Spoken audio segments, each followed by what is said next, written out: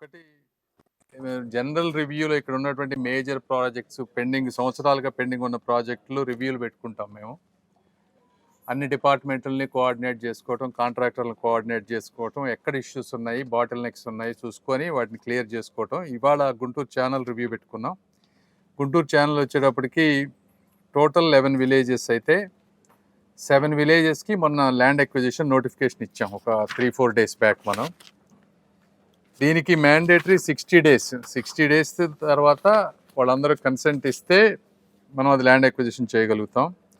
దీని తర్వాత వాళ్ళంతా ఓకే అయిన తర్వాత ఇంకొక 30 డేస్ మ్యాండేటరీ పీరియడ్ ఉంది. అంటే టోటల్ 90 డే పీరియడ్ ఉంది.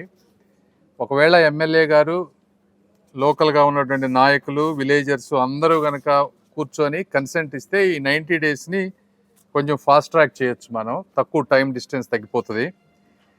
ఈ 7 విలేజెస్ కాకుండా ఇంకో 4 విలేజెస్లో ల్యాండ్ అలైన్మెంట్ మీద కొంత కన్ఫ్యూజన్ ఉంది. అంటే ఎక్కడ చేయాలి అనేది దాన్ని కొంచెం క్లారిటీగా తీసుకోమని విలేజర్స్ తోటి మాట్లాడి దాన్ని ఫాస్ట్ ట్రాక్ చేయమని చెప్పాం 1 to 2 వీక్స్లో.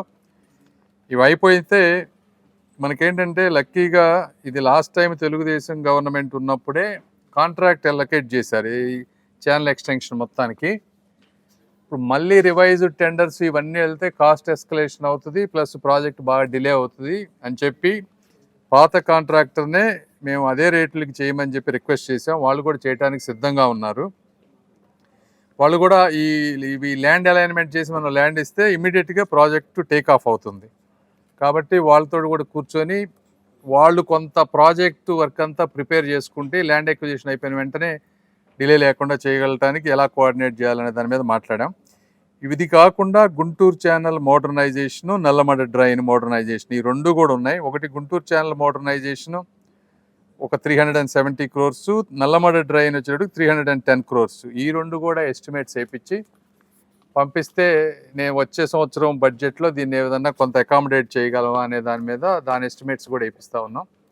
అవి కూడా వర్క్స్ జరుగుతూ ఉన్నాయి. ఇది ఓవరాల్గా ఈరోజు జరిగినటువంటి రివ్యూ. దీన్ని మన ఎమ్మెల్యే గారుండి రామాంజనేయులు గారు దగ్గరుండి ఇవన్నీ భూసేకరణ అంతా ఇబ్బంది లేకుండా చేస్తున్నారు. వారికి కూడా ఒకసారి ధన్యవాదాలు. అదేవిధంగా కలెక్టర్ గారు దగ్గరుండి ఎంత నోటిఫికేషన్ ఇవన్నీ చేసి ఫాస్ట్ ట్రాక్ చేసినందుకు వారికి కూడా మరొకసారి నేను ధన్యవాదాలు తెలుపుతా ఉన్నాను.